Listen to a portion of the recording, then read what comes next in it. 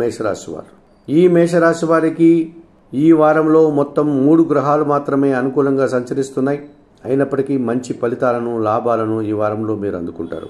లాభములో రాహువు సంచరించడం వల్ల వివిధ రకాలుగా మీరు లాభాన్ని, మంచి అనుకూలతను, అవకాశాలను చేజిక్కించుకుంటారు. వృత్తి, ఉద్యోగ, వ్యాపారాల్లో కానీ, విదేశీ వ్యవహారాల్లో కానీ, నూతన కార్యకలాపాల్లో కానీ, నూతన వ్యక్తుల వల్ల కానీ మీరు లాభముతో ముందుకు వెళ్ళేటువంటి పరిస్థితి కనిపిస్తుంది. షష్టమ భావంలో కుజ సంచారం వల్ల గట్టి పోటీని ఎదుర్కొంటారు, విజయం సాధిస్తారు. మీదినటువంటి శైలిలో విజయపథంలో ముందుకు సాగుతారు. భూ వాహన లాభాలు కానీ, కోర్టు వివాదాలు కానీ, భూ వివాదాలు కానీ మీకు అనుకూలంగా ఉన్నాయి. చతుర్థ భావంలో శుక్ర సంచారం వల్ల మీ మాటకు విలువ పెరుగుతుంది. కుటుంబంలో శుభ కార్యక్రమాల ప్రస్తావన వస్తుంది. స్థిరాస్తులకు సంబంధించిన శుభవార్త వింటారు. జన సంబంధాలు పెరుగుతాయి. జీవిత భాగస్వామి సహకారం మీకు ఎంతగానో ఉపయోగపడుతుంది. ఈ రకంగా మేషరాశి వారికి 3 గ్రహాలు ప్రధానంగా అనుకూల వాతావరణంలో సంచరిస్తూ శుభ ఫలితాలను అందిస్తున్నాయి.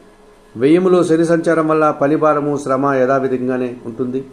చిన్న చిన్న అనారోగ్య సమస్యలు కూడా ఇబ్బంది పెట్టే పరిస్థితి కనిపిస్తుంది. పంచమంలో కేతువు సంచరించడం వల్ల మీ ఆలోచనల విషయంలో కొన్ని నిరాశను కలిగిస్తాయి. సంతానం విషయంలో కాస్త అశాంతికి గురయ్యేటువంటి పరిస్థితి ఉంటుంది. ఈ రాశి వారికి వారంలో గురు, శుక్ర, శనివారాలు అనుకూలంగా ఉన్నాయి. దానాలు ఇచ్చేటువంటి క్రమంలో నల్లద్రాక్ష కానీ, నేరేడు పళ్ళను కానీ వయోవృద్ధులకు శనివారం రోజు దానం చేయండి. స్తోత్రపారాయణం విషయంలో బిల్వాష్టకం కానీ, విశ్వనాథాష్టకం కానీ నిత్యం చదువుకోండి. ఆలయ సంస్థ కార్యక్రమంలో భాగంగా శివ పార్వతులను దర్శించి నమస్కరించుకోవడం వల్ల మరింతగా మంచి ఫలితాలను పొందగలుగుతారు.